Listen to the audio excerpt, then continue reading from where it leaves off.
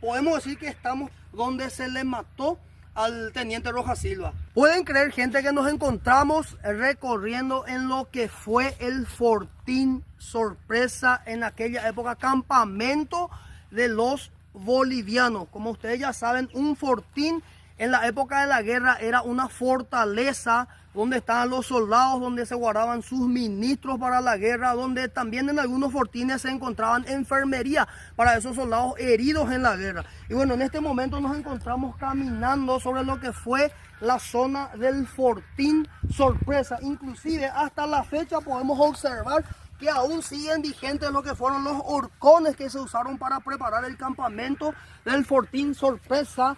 Y gente, algo muy increíble y llamativo también es que nos encontramos en donde específicamente, según cuentan los pobladores antaños, se le mató al teniente primero Adolfo Rojas Silva.